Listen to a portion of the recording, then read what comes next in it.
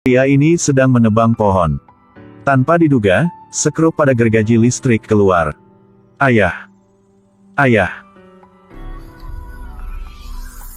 Kedua saudara berlari secepat yang mereka bisa ke dalam hutan. Kemudian mereka melihat ayahnya, yang terluka parah, terbaring di bawah pohon. Mereka segera ke sana. Namun luka ayahnya terlalu parah. Sang ayah menyarannya bahwa mereka harus saling membantu sama yang lain. Lalu ia meninggal. Kedua saudara berbaring di samping ayahnya malam itu. Keesokan harinya, kakak perempuan membawa sekop. Mereka berdua menguburkan ayah mereka bersama. Setelah kembali, keduanya mandi untuk membersihkan lumpur di tubuh mereka. Namun mereka tak bisa membersihkan kerinduan ayah. Setiap malam mereka berdua tidur di dekat api. Karena itulah satu-satunya cara untuk merasa sedikit hangat dan penuh harapan. Karena jaringan listrik global runtuh. Kedua saudara perempuan itu harus tinggal di sebuah rumah kecil di hutan. Kehidupannya tanpa listrik. 2 bulan kemudian, sang adik menemukan bahwa 2 ayam yang mereka pelihara telah dimakan oleh binatang buas. Sekarang yang tersisa untuk dimakan hanyalah kacang merah dan gandum. Malam itu keduanya berdebat tentang sebatang coklat. Tiba-tiba seseorang di luar mengetuk pintu. Mereka mengambil pistol ayahnya. Sang kakak bersembunyi di pintu.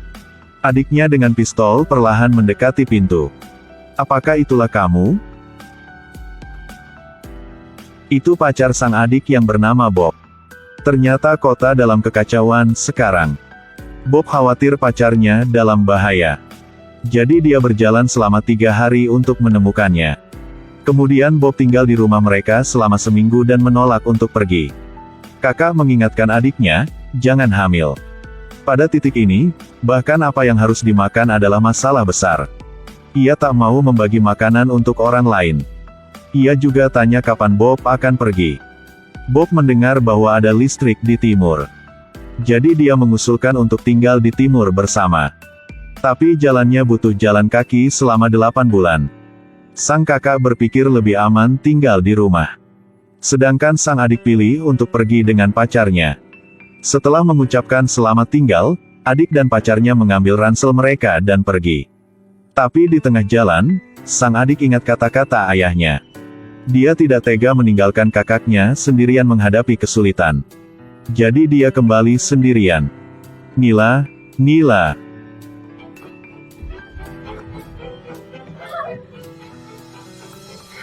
Kemudian mereka membawa buku-buku ke gunung untuk belajar pertanian.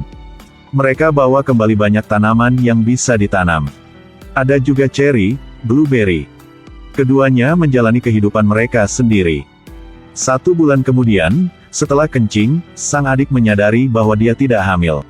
Keduanya dengan senang hati meminum banyak alkohol. Saat senang banget, mereka bahkan menggunakan setengah tangki gas untuk menghasilkan listrik. Untuk menonton video yang rekam orang tuanya saat masih hidup. Keesokan harinya, sang adik pergi ke gunung untuk mencari makanan. Kakak perempuan di rumah memotong kayu bakar. Seorang pria di belakang diam-diam mendekat. Sang kakak memegang kapak menoleh, kewaspadaan tinggi. Setelah dia memastikan ayah gadis itu tidak ada di rumah. Pria itu mulai bertingkah aneh dan mendekati gadis itu. Tiba-tiba dia melompat dan meraih kapak di tangannya. Sang kakak memukul sikunya dengan keras. Lalu pukul dia dengan keras dengan lututnya. Tapi pada akhirnya dia masih dirobohkan. Kemudian ia menyaksikan pria itu mencuri satu-satunya tangki bensin di rumah. Setelah itu, agar tidak membiarkan siapapun menyerang, sang adik menyegel seluruh rumah. Setiap malam, ia memegang pistol dan melihat kakaknya tidur. Tapi kakak perempuan itu masih tidak bisa menghibur. Ia tak mau makan dan minum apapun. Sang adik telah menyalakan musik agar membuat kakaknya senang. Mesin dari mana itu? Aku pikir pria itu telah mencurinya. Tidak, aku telah bersembunyi. Ternyata sang adik takuti akan sama seperti yang terakhir kali. Mereka akan membuang bensin lagi seperti terakhir kali. Jadi di tengah malam, ia diam-diam menyembunyikan tangki bensin. Apa yang diambil pria itu sebenarnya adalah seember air. Beberapa hari kemudian, kakak perempuan itu memuntahkan apapun yang dia makan, dan kemudian mengetahui bahwa dia hamil. Kakak perempuannya mengatakan bahwa sebelum listrik padam, dia bertemu pacarnya di kota. Dia akan dipaksa melahirkan bayi. Biarkan ibu dan anak memiliki makanan yang lebih baik. Sang adik mulai berburu di pegunungan. Dia duduk di pohon menunggu babi hutan muncul. Untunglah ia tak terluka. Dan bahkan menembak babi hutan. Mereka memotong daging babi menjadi potongan-potongan kecil, lalu membuat bubur babi. Daging tersisa, mereka menggunakan garam untuk melestarikan. Kedua hidangan mereka menjadi lebih baik. Udah 7 bulan berlalu. Sistem kelistrikan belum diperbaiki. Malam itu, di luar hujan deras. Suara itu membangunkan kedua saudara perempuan itu. Sang adik mengambil pistol untuk diperiksa. Ternyata hujan deras menyebabkan kayu rumah mulai lapuk. Tak ada sang ayah membantu. Jadi hujan deras menusuk sudut atap. Dan yang lebih mengkhawatirkan, perut kakak perempuan itu mulai bergerak.